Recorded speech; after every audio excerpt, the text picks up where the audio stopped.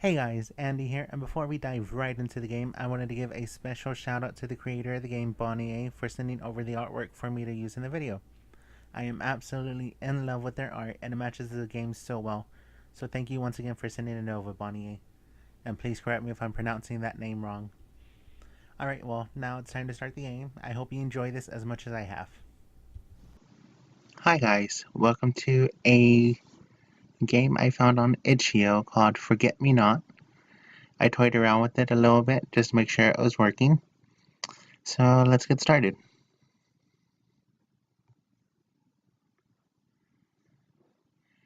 I never knew what it was like to have a friend, to have someone by your side, to support someone, to be supported. I never knew the feeling. For practically all my life, I was alone in a world that only consisted of myself. I didn't want to let anyone in. And because I pushed everyone away, I lacked a single friend in a cold, isolated world of myself. But as time passed on, that world of mine changed. As when I was about 13, I used to look at the stars in the night sky. Effortlessly climbing out of my window to the rooftop, I would gaze at the beautiful stars that shone down from the sky. Then a boy broke into my world. I don't know how he got up there, but he did, and he joined me. We looked at the stars together. We didn't know each other, but we talked for some time. It was a surreal feeling. Sometimes I wonder if it really happened, or if it was just a figment of my imagination. Though he only visited me a couple of times, those times changed my life, believe it or not. I can't remember his name, nor can I remember his face. But there is one thing I could remember in the time I spent with him. I remember his smile and the way he laughed. It made me feel really warm to be treated so compassionately by a complete stranger. For the first time, I felt that I could really trust a person I didn't know. I felt like I could truly break out of my shell and open up to people. Suddenly, I started acting more social after talking to him. I broke out from the icy grip isolation had on my world, and I owe it all to that kid. Dun dun dun. Jesus, I need to stop thinking about this. Why is it when I think about this, it sounds so damn sappy? Gah. Well, that's me, Emmett Nowak, 15 years old and a sophomore in high school. Sometimes I like to think I'm not so different than I used to be, but then again, I've definitely changed. High school makes you stop being so naive. You're not so easily impressed and don't expect very much out of the day or year. Now I think I'm just either bored or spiteful. Maybe a little bit of both. My attitude's probably like this because I'm not a very popular person here, but I don't care about social status in a place for education. Though I will admit, it sometimes gets annoying. Dude, what's wrong with Emmett over there? He's really scary when he's depressed. See, I told you that guy's weird. Keep your voices down, man. I don't want him to start a school shooting or something. I thought he was more like in the closet or something. See my point? Well, it's pretty damn annoying. But for about 3 years, I managed to tune out most of it. Oh shit, he's looking at us. Don't stare at him. His eyes will pull you in. Hey man, this convo was all on you guys. I'm not getting shot at. Wow. Or sending them a friendly little death glare also does the trick. Though it doesn't always work with what we would call bullies. I have about a handful of admirable followers, but I try my best to avoid them. Let's just say that the school was never really fun for me, especially for a physically inept person like me. Hey, me too, fucking join the club.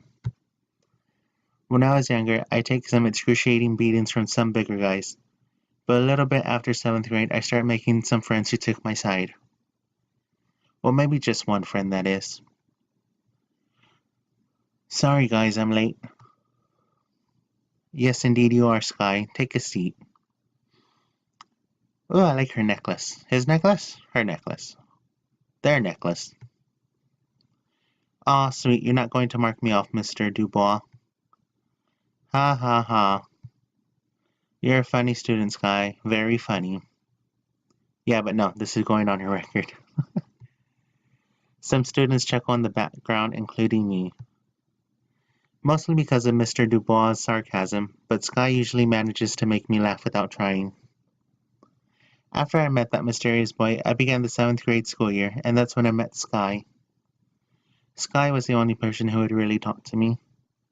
She was persistent even though I wasn't exactly willing to talk to her. At first I found it annoying, but as time went by, we became good friends. She stood up for me and supported me all the way through. If not for Sky, well, I really don't know what my sanity shape would look like. I really owe her a lot. You can't let anything slip, can you? Not at all. Sky sighs and sits sluggishly in the empty seat in front of me. It feels like as soon as she enters the area, the gossiping kids immediately hush. I lift my head up to greet her while she makes growly noises. Wonderful morning, I assume. Yeah, a great one. Mom's car refused to start on us again. Then when it finally drove, she had the audacity to buy lottery tickets at Speed Station. I laughed slightly, giving her a cheeky smile and somehow empathizing with her situation. There have been some mornings where my mother is polishing her rifles, making me late to school in the process. Jesus Christ. There's not much I can say to continue the conversation, though, so I leave the thought alone and move on to something else that's been on my mind. We need our books today, right? I change the subject in a serious tone. Sky suddenly starts to ponder my question. Actually, aren't we starting our project soon? Crap, I forgot to do my homework over the weekend. I assume we'll need our textbooks. I trail off glancing at Mr. Dubois. He seems to be preparing to copy some papers. If I make a run for it, I could get my book quickly before class begins. Looking at Sky rummaging through her belongings, I see that Sky must have the same mindset as me with her homework. So I wonder, do I have the time? It's quite a daring decision to make, but I need to do it quickly. Do I get the book or stay in the classroom? Hmm. Hmm. Let's go get the book. I probably have enough time to spare. My locker isn't even that far away. If I'm lucky, Mr. Dubois will have trouble with the copy machine again. And with that, I turn to Sky. Be right back. Oh, and my homework is in my green folder if you want it, not like we're cheaters or anything. Sky's face begins to lighten up, but I turn away to dash to my locker. Thankfully, Mr. Dubois doesn't see me. The hallways are pretty quiet, and I like the change in scenery. It's nice to have some peace and quiet every once in a while. As I count the number of each locker, I find my own locker in a matter of seconds. But of course, I find myself with a surprise. Wow. I think they call this graffiti, though graffiti usually more artistic and expressive. You're a gay. Yes, I am. This doesn't deserve to be looked at fondly. That's so shitty, like, it's definitely someone's idea of a joke. More importantly, someone who doesn't like me very much. And if you're thinking, these aren't the bullies I was talking about earlier, this is by a less intelligent group of admirers. Thank goodness it wasn't permanent marker this time. I peel off the notebook paper and crumple it up. Sticking it inside my locker, I have to remind myself to throw it away later. I shuffle through some books in my locker and find my literature book. As I look up, however, I see something out of the corner of my eye. Well, more like someone.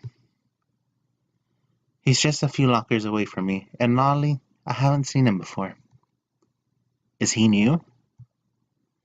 The more I observe him, the more something feels strangely familiar. It's almost like his face. I can't put my finger on it for some reason. Shrugging the thought aside, I close my locker and it startles him. He looks really petrified, and I feel bad for practically not doing anything at all. Sorry, did I scare you? The guy just blinks for a moment and shakes his head. He smiles faintly but glances back at his locker. Looks like he's having trouble over there with that lock. Ask if he needs help with the lock or ask if he's new. Shit. I'd say I'd ask if he needs help, because holy shit, I have trouble with my lock at work. And then I remember helping somebody with their lock when they started, and I forgot my own combination afterwards. So it just took time to figure out which one was which. Okay, but we're gonna help him. I don't like most of the kids in my class, but I can definitely remember their faces. Though I'm not familiar with this one. Since he's new, I should just help him. I clear my throat and approach the guy, staring at his lock. You need any help with that? Well... His voice is wavering and pretty quiet.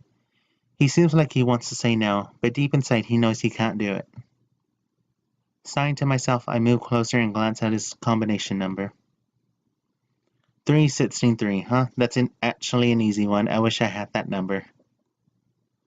I snicker in my mind, but not in a passively evil way. I concentrate slightly and manage to open his lock on the first try. I look up and smirk at him, handing him his open lock. That saves you a good bit of time.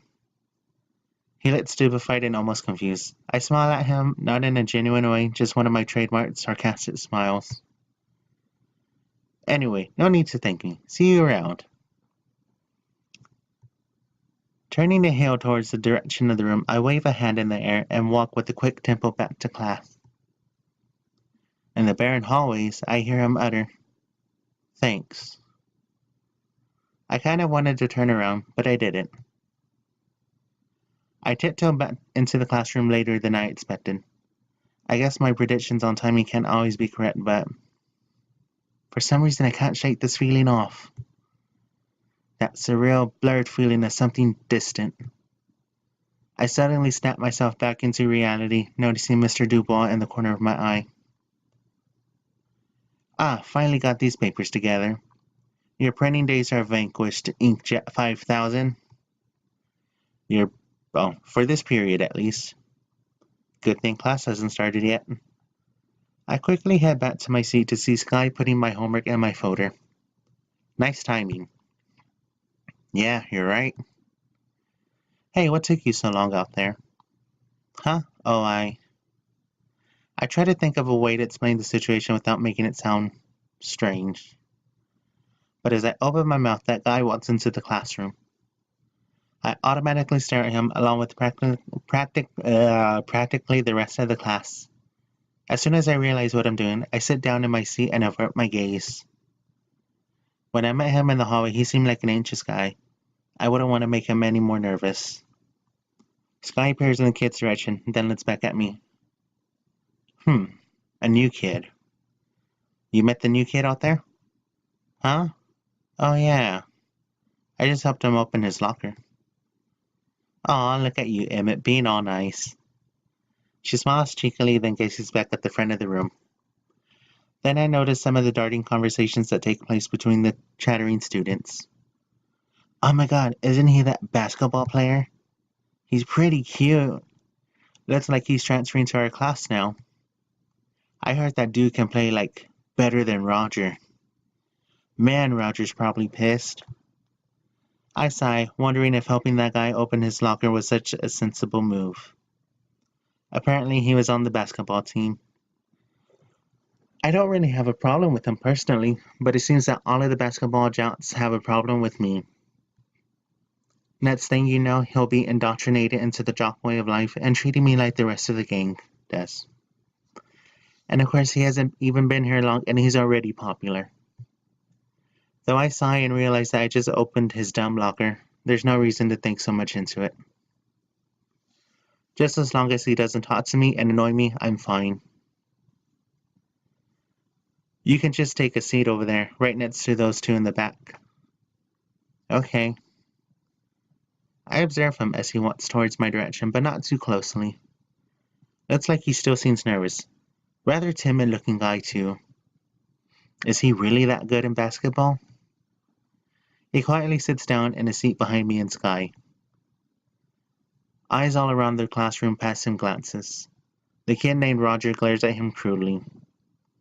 Then Mr. Dubois clears his throat and starts class. Unlike some of my more boring classes, I really like his teaching style. He has a witty sense of humor and involves himself in the class to help us improve.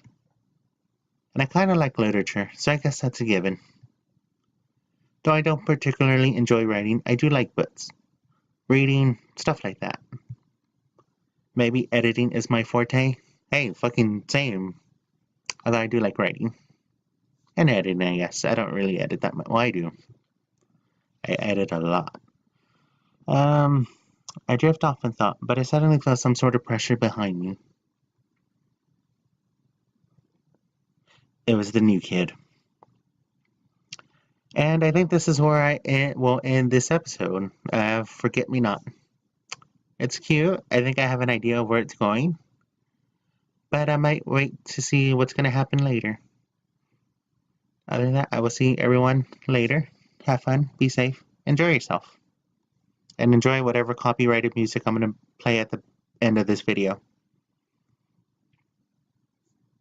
Oh, wait, first I gotta save here. August 1st. Yeah, it's like fucking 1 a.m. Alright, so as I said, have fun, be safe, enjoy yourself. Friend of yours? Friend? Well, I just kind of met him today, I guess. Him? Huh? Did you forget my name already? What? No, I didn't. You did, didn't you?